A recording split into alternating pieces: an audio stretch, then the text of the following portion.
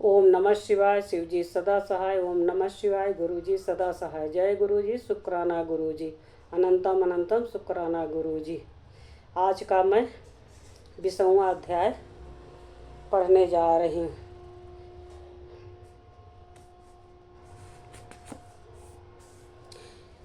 भगवान शिव का कैलाश पर्वत पर गमन तथा सृष्टि खंड का उपसंहार।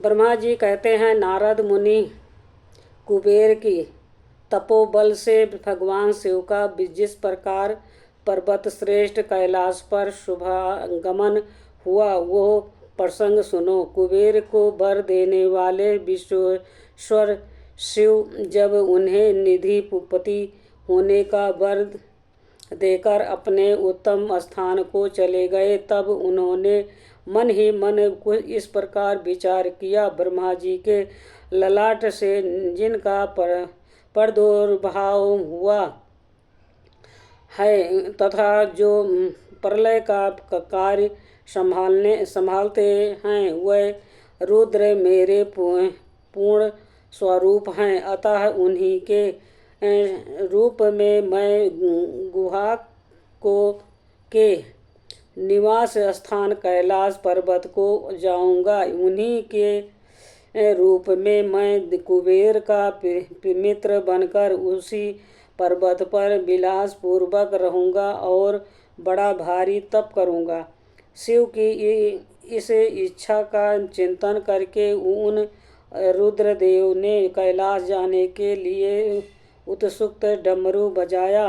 डमरू की वो ध्वनि जो उत्साह बढ़ाने वाली थी, तीनों लोकों में व्याप्त हो गई।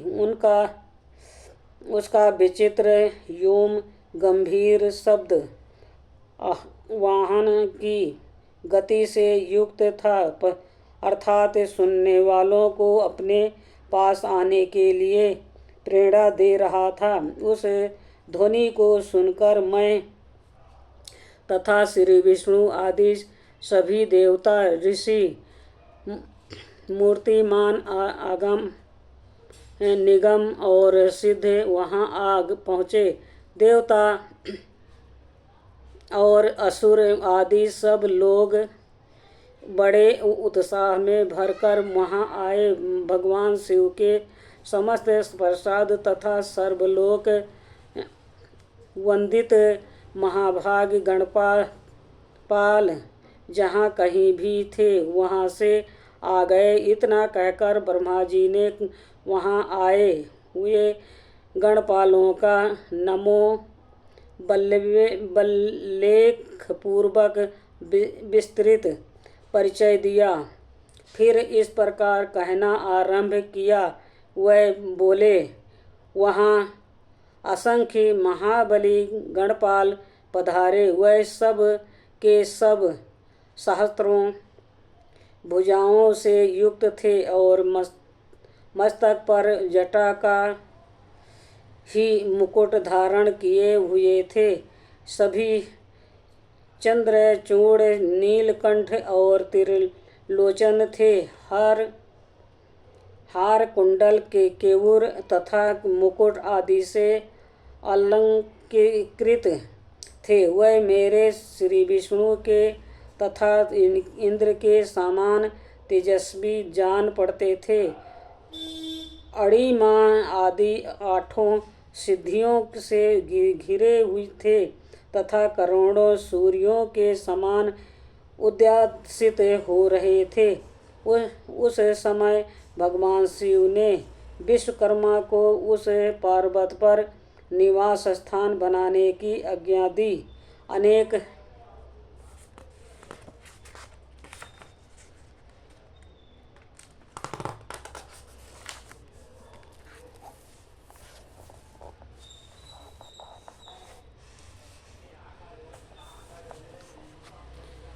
भक्तों के साथ अपने और दूसरों के रहने के लिए यथा योग आवास तैयार करने का आदेश दिया। मुनि तब विश्वकर्मा ने भगवान शिव की आज्ञा के अनुसार उस पर्वत पर जाकर शीघ्र ही नाना प्रकार के गुहों की रचना की। फिर श्री हरि की प्रार्थना से कुबेर पर अनुग्रह करके भगवान शिव सानंद कैलाश पर्वत पर गए। उत्तम मुहूर्त में अपने स्थान में प्रवेश करके भक्त वत्सल परमेश्वर शिव ने सबको प्रेमदान दे स्नात किया। इसके बाद आनंद से भरे हुए श्री विष्णु आदि समस्त देवताओं, मुनियों और सिद्धों ने शिव का प्रसन्नतापूर्वक अभिषेक किया। हाथों में नाना प्रकार की भेंटें लेकर सबने क्रमांश उनका पूजन किया और बड़े उत्सव के साथ उनकी आरती उतारी। पूर्व ने उस समय आकाश से फूलों की वर्षा हुई जो मंगल सूचक थी। सब ओर जय जयकार और नमस्कार के शब्द गूंजने लगे। महान उत्साह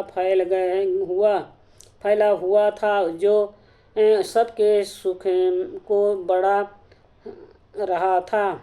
उस समय सिंहासन पर बैठकर श्री विष्णु आदि सभी देवताओं द्वारा की हुई यथोचित सेवाओं को बारंबार ग्रहण करते हुए भगवान शिव बड़ी शोभा पा रहे थे। देवता आदि सब लोगों ने सार्थक एवं प्रिय प्रवचनों द्वारा लोक कल्याणकारी भगवान शंकर का पृथक पृथक स्तवन किया।